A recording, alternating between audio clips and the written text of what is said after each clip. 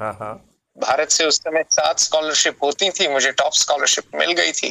तो मैं जी जी। Philosophy, politics और इकोनॉमिक्स पढ़ने के लिए चला गया, और जब ऑक्सफोर्ड गया तो पीपी भी किया, डिबेटिंग भी किया। तो साथ के वहां तो सारे वर्ल्ड नंबर 1 उस समय यूएन स्मिथ था, वर्ल्ड नंबर 2 था निक पेशेको, ये लोग, ये ऑक्सफोर्ड की फर्स्ट टीम थी उन दिनों डिबेटिंग की।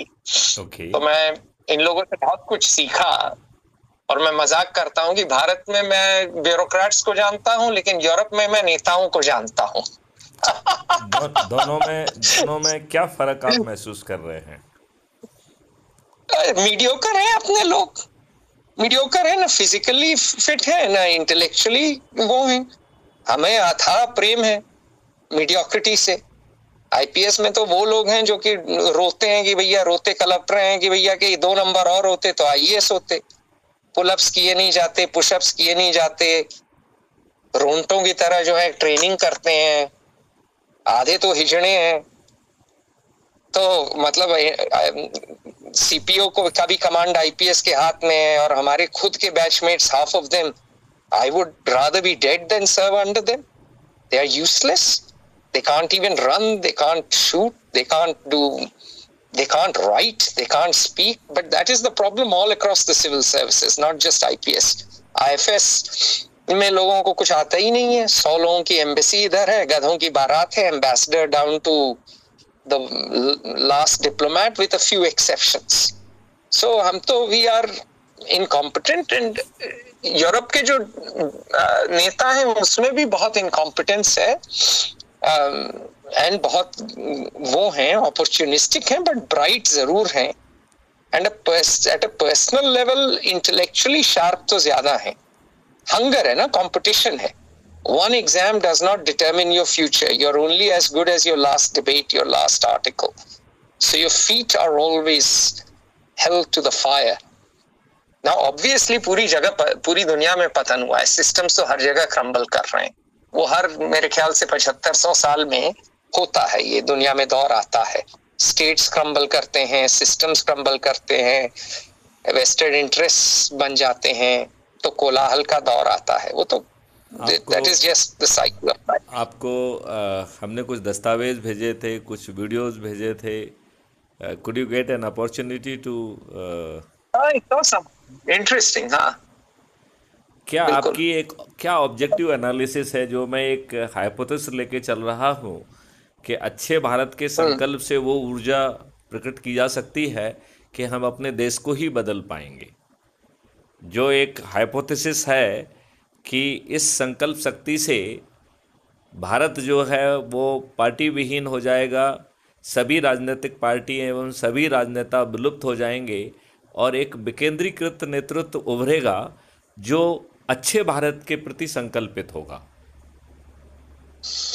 देखिए, विचार अच्छे हैं, मुझे पता नहीं है संभव है कि नहीं। मैं तो इतिहासकार हूँ, इतिहास में ऐसा बहुत कम हुआ है। यही विकल्प सोवियत रूस ने भी लिया था कि स्टेटलेस सोसाइटी होगी। नहीं नहीं नहीं नहीं नहीं नहीं, देखिए, नहीं, मैं नहीं कह रहा आप स्टेटलेस कह रहे हैं, लेकिन party, it is not A borrowed concept from anywhere. मतलब ना ये नहीं, मैं ये नहीं कह रहा कि बोरोड है, मैं कह रहा हूँ ये इस्लाम भी तो यही था एक तरह से। Everyone dreams of a unifying universalism, और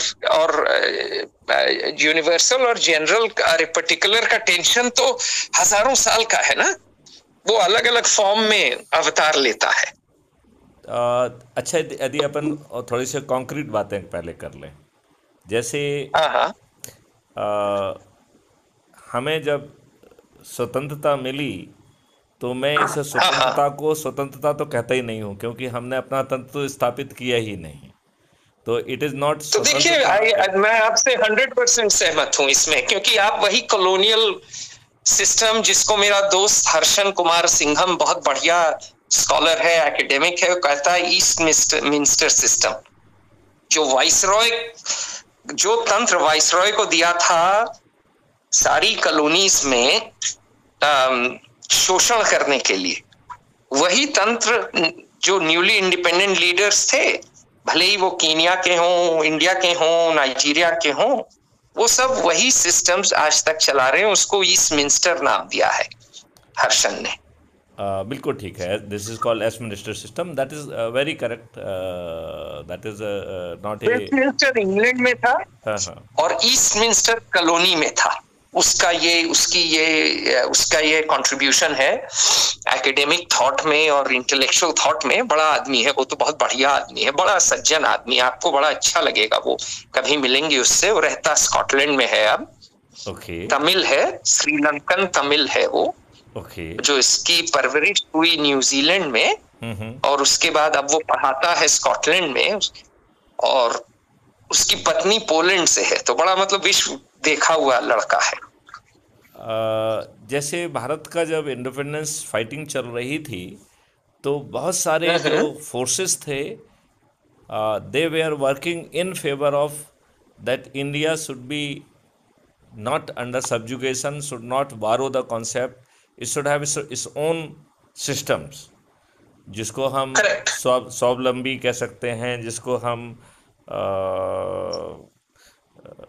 जो हमारा ओरिजिनल सिस्टम था ग्राम स्वराज्य का, जिसे गांधी जी ने अपने सिद्धांत के बतौर कहने की कोशिश की, जो कि पूर्णतया गलत था, क्योंकि भारत पहले से ही एक ग्राम स्वराज्य था और उस ग्राम स्वराज्य की एक बृहद परिभाषा थी। ग्राम स्वराज्य उसे कहते थे जिसमें 36 जातियां और 72 कलाओं के लोग रहते थे। और जब तक वो ग्राम स्वराज्य नहीं कहलाता था, जब तक उसमें सभी जातियां और सभी कलाएं प्रफुल्लित ना हो रही हों। और यही कारण था कि यदि कोई जाति किसी कारण से विलुप्त होती थी तो ग्राम स्वराज्य के लोग, जहाँ पर उस जाति के लोग अवेलेबल रहते थे, उसके अच्छे लोगों को जो है ना विशेष आमंत्रण से अपने गांव में लाते थे और एक बृहद प्रोसेसन के तरह बड़ा पॉम्पन शो के साथ हाथियों पर बिठाकर गाने बाजे के साथ लाया करते थे। तो ऐसा ग्राम स्वराज्य ऑलरेडी भारत में स्थापित था, जिसे इतने सारे विदेशी लोग आए, आक्रमण किए, लेकिन कोई भी भारत के ग्राम स्वराज्य में पेनेट्रेट नहीं कर पाया। ग्राम स्वराज्य में पहली बार अंग्रेज पेनेट्रेट कर पाए और वो भी सेठ अमीर चंद के माध्यम से वो उसमें घुसे। और फिर उन्होंने टैक्सेशन के माध्यम से 60% टैक्सेशन, और फिर उसमें जो पहले वाटर सिस्टम था उसको डिस्ट्रॉय किया। उन्होंने कहा कि साहब हमको टैक्सेशन जो है ना वो चांदी में और सोने के सिक्कों में चाहिए। तो that farmers were force to sell their commodity. तो they could very successfully destroy everything and they could looted the country by intruding into it. So by the taxation also, फिर उन्होंने जो है सोने का सिक्का और उसका जो है ना 1:10 का रेशियो लाए। फिर उसमें 35% जो है ना गोल्ड को अडल्ट्रेट किया। फिर गोल्ड को जो है ना वहाँ से बिना गोल्ड के ही जो है ना उन्होंने नोट छापने चालू कर दिए। और एक प्राइवेट कंपनी जो रिजर्व बैंक ऑफ इंडिया हुआ करता था, it was a private company. तो आई मीन एक बड़े लूटने खसूटने का एक बड़ा एक इतिहास था।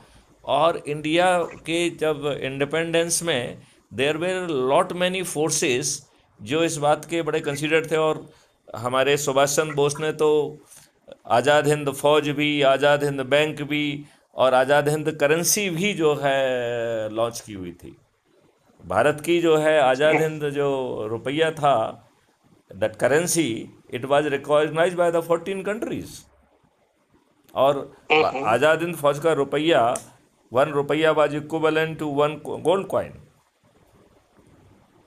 तो हम जो है एकदम एक रॉन्ग ट्रैक पे आ गए और कुछ नेताओं ने अंग्रेज़ों से साठगांठ की और उस साठगांठ के तहत अपने हित में सत्ता का हस्तांतरण स्वीकार किया और अपने देशवासियों को मूर्ख बनाया, उन्हें सही तथ्यों को बताया ही नहीं।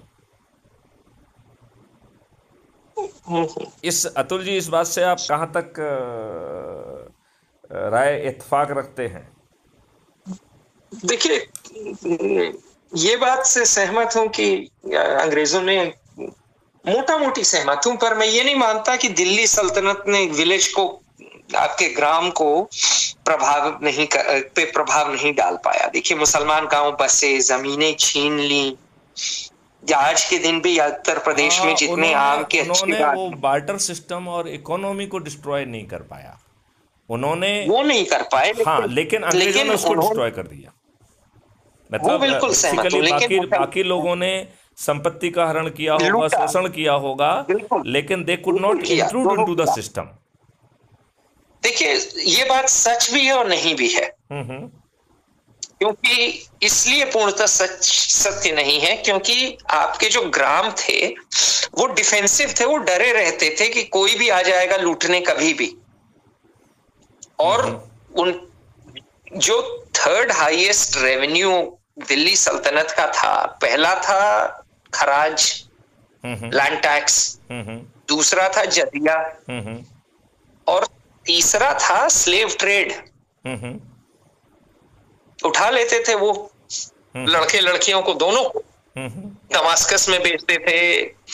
तो आपका जो गांव का पैटर्न है वो भी बदला, लेकिन यह है कि इकोनॉमिकली आप फिर भी अपने को सस्टेन कर पाए और सेल्फ गवर्निंग थे, क्योंकि उन्होंने गांव को, चलिए कोई गांव मुसलमान बन गया, मुसलमानों का गांव बस गया तो बदल गया, लेकिन फिर भी हमारी रूरल इकोनॉमी नहीं बदली मोटा मोटी। आपकी बात ये तो इसमें दम है कि शोषण हुआ पर स्ट्रक्चर नहीं बदला।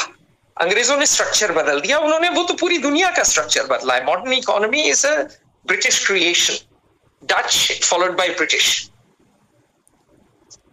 ये तो, इसमें तो कोई संदेह ही नहीं है। ये जो मोटी मोटी बात है, हम जैसे विद्वानों ने अपने लोगों को क्यों नहीं बता पाई, और जो आज के हमारे राजनेता हैं वो पब्लिक के रिप्रेजेंटेटिव हैं ही नहीं, क्योंकि उन्होंने जाति, धर्म, संप्रदाय और संकीर्ण राजनीति के आधार पर अपने उम्मीदवारों को शॉर्टलिस्ट किया और फिर उन्हें दुर्जनता में, दुष्टता में, अपराधियों में, बाहुबलियों में, धन बलियों में एक विनेबिलिटी दिखाई दी, जो एक फर्जी विनेबिलिटी का कॉन्सेप्ट वो लेके आए और उसके आधार पर उन्होंने अपने उम्मीदवारों को तय किया। और उस विनेबिलिटी में उन लोगों को जो है ना स्थान मिला जो पहले से ही शोषक वर्ग को बिलोंग करते थे, चाहे राजे हों, महाराजे हों, जमींदार हों, उन्हीं को जो है ना ये वो मिला। और यदि आप ये देखें तो 1952 का जो, देखिए राजे महाराजे भी, अब आपकी बात पूरी तरह सही नहीं है, क्योंकि राजे महाराजे वही बचे ना जो कि लड़े नहीं। जो लड़े वो तो खत्म हो गए ना। लड़ने तो वाले, ये राजे महाराजे, लड़ने वाले कुल 17 लोग थे, बाकी तो न लड़ने वाले ही थे ना। हाँ देखिए, जितने जो पुरानी डायनेस्टीज थी वो तो या तो तुर्कों ने खत्म कर दी, या मुगलों ने खत्म कर दी, या उसके बाद अंग्रेजों ने खत्म कर दी जो लड़ी। अंग्रेजों ने केवल 17 ही युद्ध लड़े हैं, और वो भी सभी अधिकांश मैनेज थे, और 4 जो है वो रियल युद्ध हुए हैं केवल, बाकी तो युद्ध ही नहीं हुए हैं। इवन जो जड़ें, कौन से 4 युद्ध, कौन से 4? चलिए इस पे अपन विस्तार में बाद में बात करेंगे, लेकिन बल्कि मैं एक डिटेल कन्वर्सेशन संजीव शर्मा का भेजूंगा, जो उन्होंने इसके ऊपर लगभग PhD ही की है। I will send that conversation to you probably. After that our discussion will become much more targeted, oriented, and I mean, I will watch it, but I always warn against running down the British too much, because they were good at war, and that's the one thing they are good at. ये एक impression create किया गया है, जो बहुत सारी चीजें staged manage थी, इंक्लूडिंग, अरे साहब, अगर जो टापू कनाडा से लेकर न्यूजीलैंड तक हावी हो गया, वो टापू लड़ाई करना जानता था, ठीक है। हिंदू लोग तो मतलब पश्तून जब दारू पीते हैं मेरे साथ हमेशा बोल देते हैं कि आप हिंदू लोग लाला हो, आपसे लड़ा नहीं जाता है, और उसमें बात सत्य है। फिटनेस ही नहीं है, लड़ेंगे क्या? IPS एकेडमी में कितने लोग थे जो 5 किलोमीटर भाग लेते थे 20 मिनट के नीचे? मेरे बैच में चले जाइए 98 batch, ask them how many of them run 5 kilometers today. I won 15 gold medals. I was the fittest. and I'm average by Western standards. Okay, so I don't buy this saying that we 4 लड़े 5 लड़े, ठीक है मैं देख लूंगा, लेकिन हमारी लड़ाई करने की औकात नहीं थी। हर ऐरा गहरा नत्थु गहरा आ जाता था और किंगडम बना लेता था इंडिया में। लड़ने की औकात नहीं थी, इसलिए अंग्रेज उसे स्टेज मैनेज कर पाए। they could अरे अंग्रेजों की बात छोड़िए, आप ये बताइए बंगाल पे राज कौन कर रहा था 1756 में? मुझे बस इतना बता दीजिए कौन राज कर रहा था? That was stage managed by the that precisely is the war you would like to understand. नहीं, मैं आप 57 नहीं, मैं 56 की बात कर रहा हूँ। रॉबर्ट क्लाइव के 1 साल पहले कौन राज कर रहा था? देखिए बैकड्रॉप में तो जो है, मैं आपको उत्तर दे देता हूँ। अलीवर्दी खां वो आया था नजफ से, आज का इराक, शिया था और शिया दरबार था मुर्शिदाबाद में, ठीक है। जब आप बंगाल में गंगा नदी पे जो है अपनी नाव लेके पश्चिम आते थे, तो उसके बाद आ जाता था अवध का नवाब, वो था ईरानी, और वो भी एक शिया दरबार चला रहा था लखनऊ में। आप उससे आगे आते थे तो रोहिलखंड पश्तून थे, वो थे सुन्नी, और मुगल वो थे सुन्नी, वो आए थे उज्बेकिस्तान से। तो आपका पूरा उत्तर भारत शिया और सुन्नी, कोई इराक से आज के इराक, उस समय इराक नहीं था, ईरान, अफगानिस्तान, उज्बेकिस्तान, ऐरे गहरे नत्थु गहरे चले आते थे, यहाँ नवाब बन जाते थे, सूबेदार बन जाते थे। तो ये कहना कि जैसे मैं तो राजपूत परिवार से हूं, अरे हम लोग बड़े लड़ाकू थे, ये थे वो थे, मैं तो बोलता हूँ यार ये बता दो पुशअप्स कितने करते हो, कितने किलोमीटर तैरते हो, कितने पुलअप्स कर लेते हो, और 5 किलोमीटर कितने देर में भाग लेते हो, फिर बात करते हैं तुम्हारी बहादुरी की। हम लोग रागी हैं, गाल बजाते हैं, उससे मतलब उससे ज्यादा किया नहीं है पिछले 800 साल में। सारी जो चीजें हमारी जो अचीवमेंट्स हैं वो तो एंशिएंट इंडिया की हैं। मेजर अचीवमेंट्स इंटेलेक्चुअल हमारे तो एंशिएंट इंडिया के हैं। 1198 के बाद तो नालंदा तक नहीं रही, 6 महीने तक उसकी किताबें जलाई मोहम्मद बिन बख्तियार खिलजी ने। तो सिविलाइजेशनली वो नायपॉल साहब ने बड़ी कटु बात कही थी, इंडिया वुंडेड सिविलाइजेशन, लोगों को खराब लगी थी उस समय, लेकिन बात काफी कुछ सही है नायपॉल की। हमको तो अपना अतीत ही नहीं पता है। क्यों? क्योंकि आपको आपका अतीत ठीक ढंग से पढ़ाया नहीं गया, और आप में वो जज्बा नहीं भरा गया कि यू कैन रिक्रिएट इंडिया। एक जो जीता वो एक जज्बा नहीं, आपको गुलामी के संस्कार, गुलामी के नियम, गुलामी के कानून, वही गुलामी की लाटसाबी व्यवस्था जिसके आप और हम हिस्सा हुआ करते थे। हाँ, देखिए मैं तो चला गया 3 साल में, क्योंकि मुझे समझ में आ गया कि ये जो है अंग्रेजों की बनाई हुई नौकरी है, अंग्रेजों के बनाए हुए कानून है। इंडियन पीनल कोड जो है ड्राफ्ट तो किया था मैकॉले ने ही, और मुझे ये भी समझ में आ गया कि जो आने वाले लोग हैं वो लूटने के लिए आए हैं, घूसखोर हैं, कामचोर हैं, हरामखोर। तो मैं उनके साथ नौकरी नहीं करना चाहता था, मैं चला गया। नहीं, लेकिन तो अतुल जी, ये क्या भागने वाली प्रवृत्ति नहीं कहलाएगी? क्योंकि आपके देश को कोई दूसरा क्यों ठीक करेगा? ये बताइए, आपके देश को कोई दूसरा क्यों ठीक करेगा? देखिए 2 चीजें हैं कि अगर आपके विचार, आपके देशवासी सहमत ही ना हो, और आपके टैलेंट की आपके देश में कदर ही ना हो, तो आप वहां जाएंगे ना जहां आपको टैलेंट की कदर मिले। नहीं, अपने टैलेंट की कदर कराने के बाद कहीं ना कहीं दिल में ये बात भी तो होना चाहिए कि हम भारत को अपनी पुरानी जो है ना ग्लोरी पे वापस ले जाएंगे, और वो नए युग का भारत पैदा करेंगे। देखिए मेरी उम्मीद टूट गई, सीधी बात ये है। नहीं, लेकिन मुझे नहीं लगा उम्मीद टूटने से तो रण नहीं जीता जा सकता है ना। उम्मीद टूटने से हम नया मैं आपको बता रहा हूँ 2 कारण मैंने इस्तीफा क्यों दिया। हाँ हाँ मैं जसवंत सिंह को बड़ी अच्छी तरह जानता था, उस समय वो विदेश मंत्री थे साहब, आपको याद होगा, आप ही हाँ हाँ, जानते होंगे, आप अच्छे तो ढंग से डीजी याद है, रहे अच्छे हैं। ढंग से याद है, हाँ। हाँ, तो आप तो डीजी रहे हैं, तो आप तो इन नेताओं को जानते ही हैं। अच्छे, बहुत अच्छे ढंग तो से मैं इनको अंदर से बाहर से चारों तरफ से जानता हूँ। तो पहली चीज कारगिल हुई, कारगिल से मैं पूरी तरह सहमत था और अब तो और ज्यादा हूँ हम्म। कि कारगिल में आपने जो है यंगस्टर्स को बोला, काफी मेरे दोस्त मारे गए, मैं मेरे पिताजी फौज में हैं हम्म। और फौज में थे।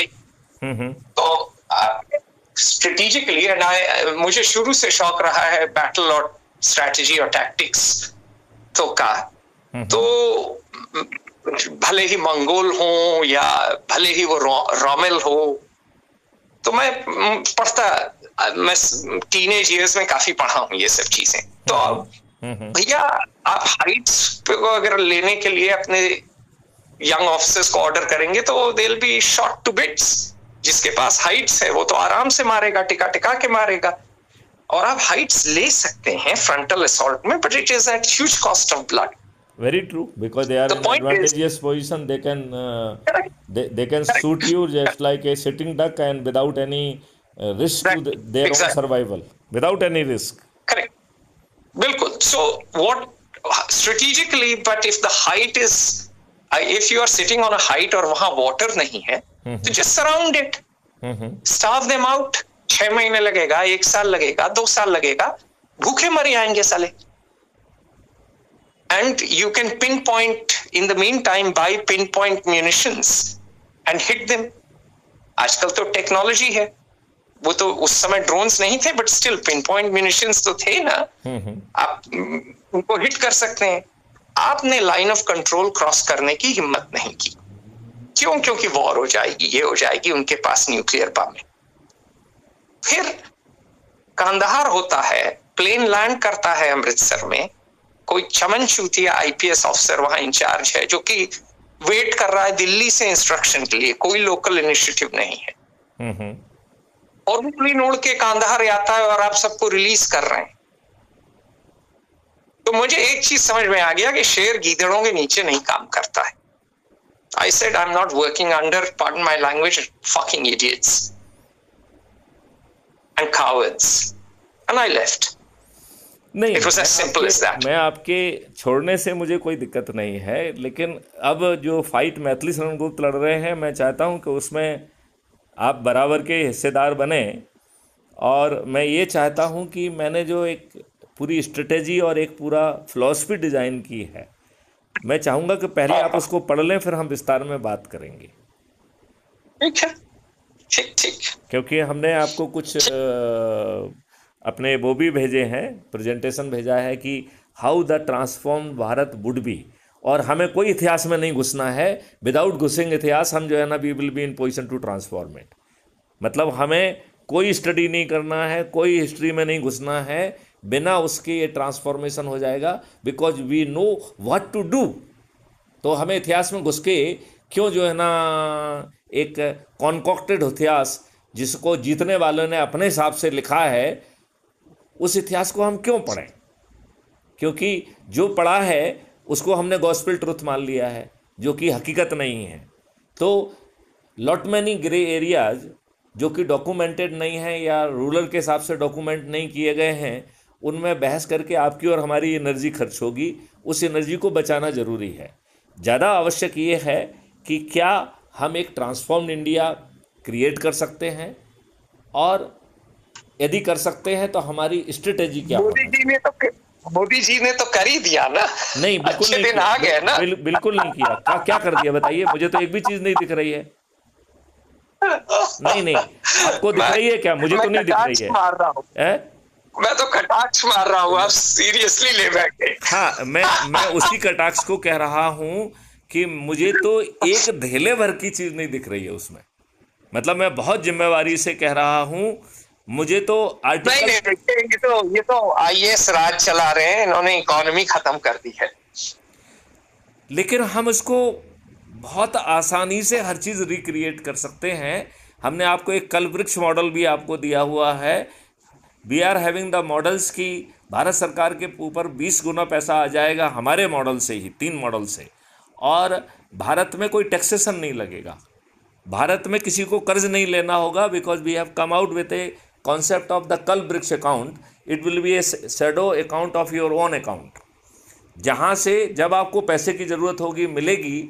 और जो आज के फाइनेंशियल इंस्टीट्यूशंस हैं उनको कोई आउटफ्लो का स्कोप ही नहीं रहेगा, तो फाइनेंशियल इंस्टीट्यूशन और present bank they will become the part of the supply chain of the कल ब्रिक्स अकाउंट।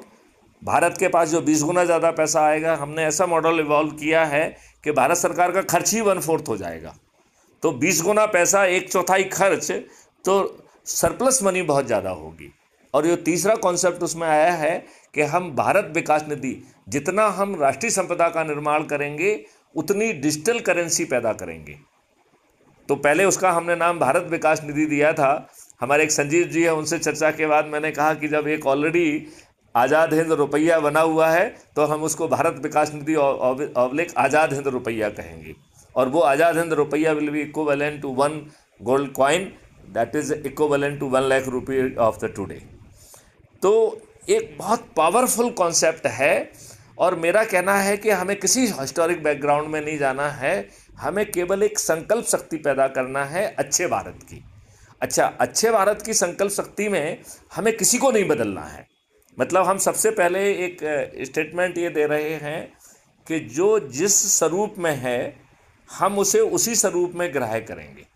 मतलब यदि कोई दुर्जन है, दुष्ट है, अपराधी है, बाहुबली है, और यदि वो किसी पार्टी का अंधभक्त है, यदि वो दरिया बिछाने में उसे आनंद आता है, यदि उसे कुर्सियां लगाने में आनंद आता है, पोस्टर लगाने में आनंद आता है, यदि उसे हालो स्लोगन देने में मज़ा आता है, यदि उसे मोदी है तो मुमकिन है कहने में मज़ा आता है, तो मैं ना उसकी सोच बदल रहा हूँ, ना क्रियाकलाप बदल रहा हूँ, बल्कि केवल एक ही बात कह रहा हूँ कि तुम्हारी परिस्थितियां हम बदल देंगे, तुम बदल जाओगे, ये मेरे ऊपर छोड़ दो, बिना आपको भाषण दिए हम आपको बदल देंगे, ये मेरी काबिलियत है, तो उसको आप भूल जाइए। मैं केवल आपसे एक ही अपेक्षा कर रहा हूँ, आप जैसे हो, जिस तरीके के भी हो, उसी रूप में मुझे ग्राह्य हैं। बस मेरी केवल एक शर्त है कि आपको अच्छे भारत का संकल्प लेना है, और अच्छे भारत की डेफिनेशन हमने उसमें दी हुई है कि 5 मौलिक अधिकार और 21 महालक्ष्यों वाला अद्भुत भारत होगा, जहां मौलिक अधिकार उसके जो 5 हैं। अतुल जी, मैं बताऊं क्या उसको? हाँ, बताइए बताइए। तो ये एक अद्भुत भारत होगा जहां पहली बार 144 करोड़ लोगों का हम पोटेंशियल नापने की कोशिश करेंगे। तो हम आपको आपका रोजगार, आज तो आपकी जो क्षमता हम विकसित करेंगे वो माइलस्टोन के हिसाब से वो देंगे, लेकिन टारगेट विल बी कि आप अपने पोटेंशियल तक पहुँचें। तो पहली बार जो है रोजगार के मौलिक अधिकार के तहत लोगों के हम पोटेंशियल को नापेंगे, और आज वो कहाँ खड़ा है ये नापेंगे, और आज जहाँ खड़ा हुआ है और जो उसका पोटेंशियल है, इसका पाथवे बनाकर उसको एक छोटे छोटे पड़ाव में बांटेंगे, जिसको हम माइलस्टोन कह रहे हैं। और इन माइलस्टोन के लिए पहले हम शिक्षा, हुनर और टेक्नोलॉजिकल इनेबलिंग कहते थे, अब हमने संस्कार वर्ड भी जोड़ दिया है, क्योंकि मुझे लगा कि संस्कार तो मिसिंग ही है। संस्कार ना माता पिता दे पा रहे हैं, ना समाज दे पा रहा है, तो हमने तो संस्कार विहीन लोग पैदा कर दिए हैं। तो संस्कार, शिक्षा, हुनर और technological enabling required for the manifestation of that milestone that will be given. और उसको फिर 6 महीने का अभ्यास करा के उसे सर्टिफिकेट ऑफ एक्सीलेंस दे के, जो माइलस्टोन बन के स्लॉट्स हैं राष्ट्रीय संपदा के निर्माण में, वहाँ आपकी सुविधा से वहाँ पे आपको पार्क कर दिया जाएगा। और जब आप काम करेंगे तो जो रेवेन्यू स्ट्रीम आएगी, उस रेवेन्यू स्ट्रीम से यदि मान लो आपके पास पैसे नहीं थे तो भी ये सब चीज़ें मिलेंगी, और इन सबको देने वाले को सबको रियल टाइम भुगतान हो रहा है। और तब भी हो रहा है जब आपके खाते में पैसे नहीं हैं, आपके खीसे में पैसे नहीं हैं, और भारत सरकार से पैसा लिया नहीं जा रहा है, टैक्स पेयर का पैसा लिया नहीं जा रहा है, कोई फ्रीबी का कंपोनेंट नहीं है, तो इसके लिए वो कलब्रिक्स अकाउंट से पैसा फ्लो हो रहा है।